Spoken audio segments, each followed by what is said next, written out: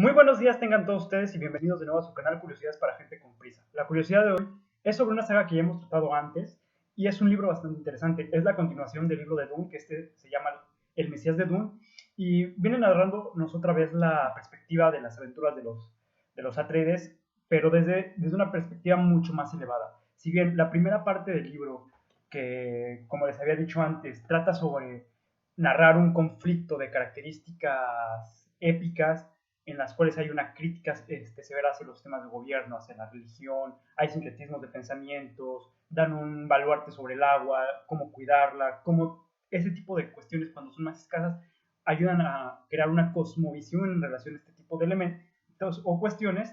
Podemos observar también que el nuevo libro se centra ya no tanto en esos arquetipos mágicos religiosos que establecen a Dune como un elemento novedoso, o un elemento el cual establece una crítica social a través de sus obras. En este nuevo libro, como les digo, El Mesías de Dune, aquí está, cambia totalmente la perspectiva y hace una crítica mucho más profunda hacia elementos de carácter más subjetivo y que tienen un mayor impacto social, como es la ideología que se viene transformando y se viene aplicando a través de un modelo gobernante, como aquello que antes era odiado, antes que era repudiado, tiende a crear filigreses, tiende a crear imposiciones, tiende a crear incluso modelos de vida que son acreditados por las sociedades que se sentían oprimidas en un principio. Y cómo este tipo de modelos viene a ser características de cuestiones políticas y cuestiones religiosas, cómo la política y la religión siempre vienen imbrincadas y siempre vienen formando una perspectiva o una posición única en las cuales se vienen repitiendo con el largo del tiempo. Este libro nos muestra cómo la sociedad es susceptible a ser manipulada, es susceptible a crear falsos ídolos, susceptible a endiosar personas que cumplen con determinados atributos o con determinados elementos que están entremezclados con sus perspectivas mágicos, sociales, religiosas, o que les han traído un determinado beneficio para ellos. En este caso, pues obviamente a través de la figura de Paul Atreides, pero también a través de elementos que se vienen enlazando y cómo ese tipo de fuerzas siempre tienen su parte contraria, siempre tienen la parte que se resiste y sobre todo son aquellos que ostentaban el poder antiguamente y que lo quieren recuperar.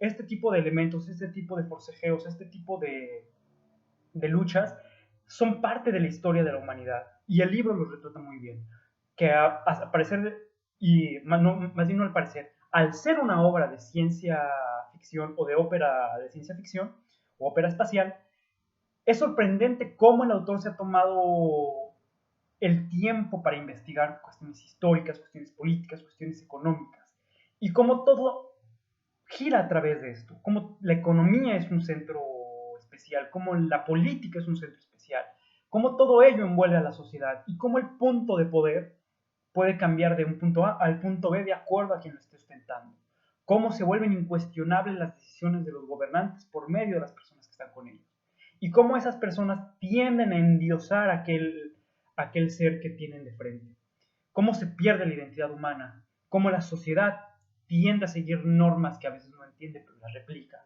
cómo se crean dogmas religiosos, dogmas de diferentes características, y eso está plasmado en la historia.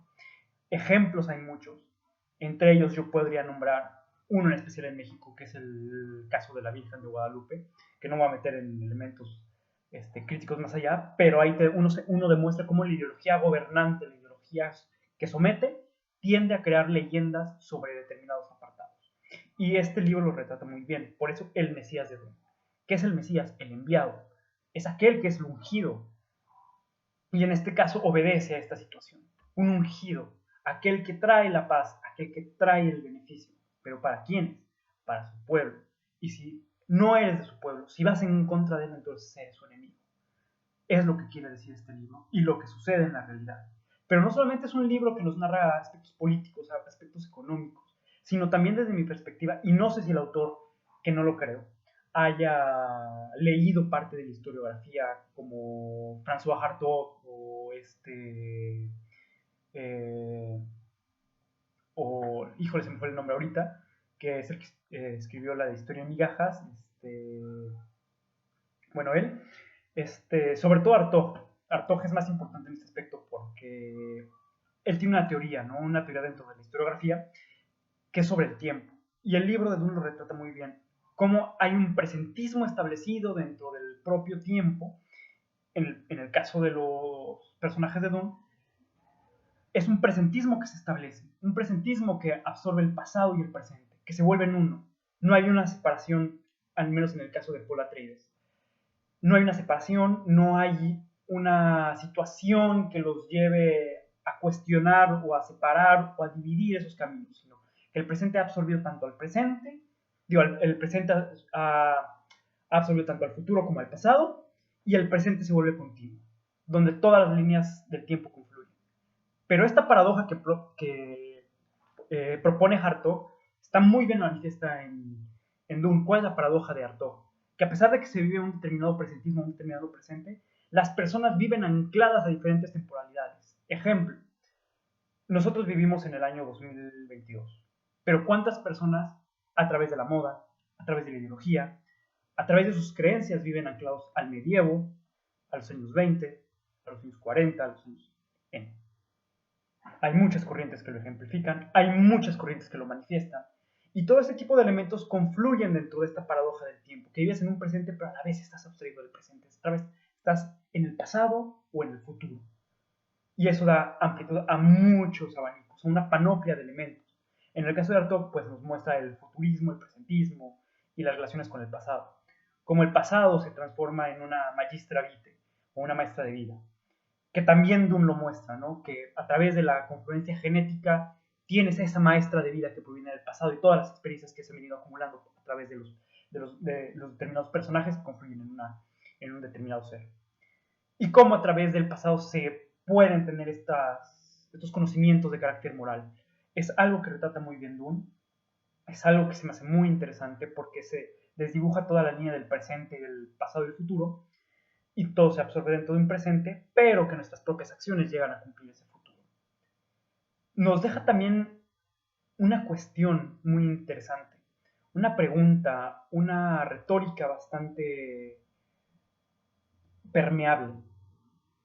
¿Qué somos nosotros ante el tiempo? ¿Qué es el tiempo? ¿Nuestras decisiones alteran el flujo del tiempo? ¿Nuestras decisiones alteran el propio destino que tenemos? ¿O ya estamos condicionados o precondicionados para llegar a un determinado elemento? Hagamos lo que hagamos, ya vamos a estar sometidos a este devenir, o podemos deshacernos de esta parte. ¿Qué tanto es nuestra autonomía y qué tanto estamos sometidos? Porque al final de cuentas ese es un interrogante que te deja el libro. ¿Qué tanto de nosotros está ya determinado a llegar a un determinado punto? Y que hagamos lo que hagamos, vamos a estar en ese punto. Y es una cuestión que nos llevaría a pensar si realmente estamos libres, que yo no creo en la libertad, o estamos sometidos a un conjunto de situaciones.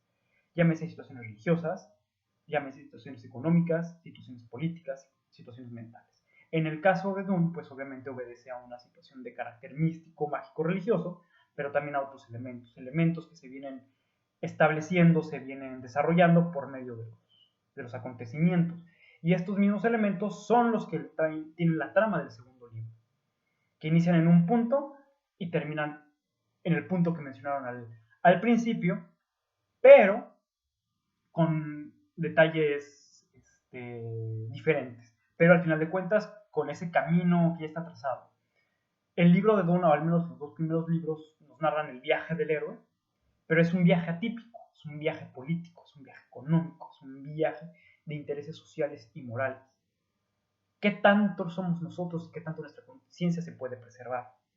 Y cómo la ideología pesa más que las acciones, y cómo en nombre de la ideología, en nombre de la religión, se cometen atrocidades. De hecho, menciona un personaje histórico que es Adolfo Hitler, ¿no? Y las matanzas que realizó.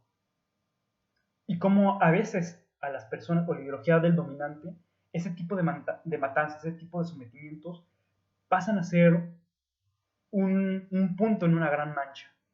No se nota.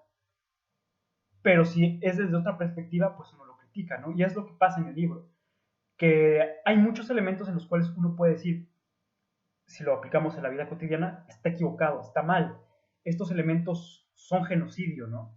Pero cuando es la ideología dominante la que los está mostrando, entonces se justifica como un elemento propio para limpiar las impurezas del mundo. llámese de cualquier tipo. En la política se ve que cuando gana un determinado partido, una determinada corriente ideológica, van a eliminar lo malo que ha habido en el gobierno.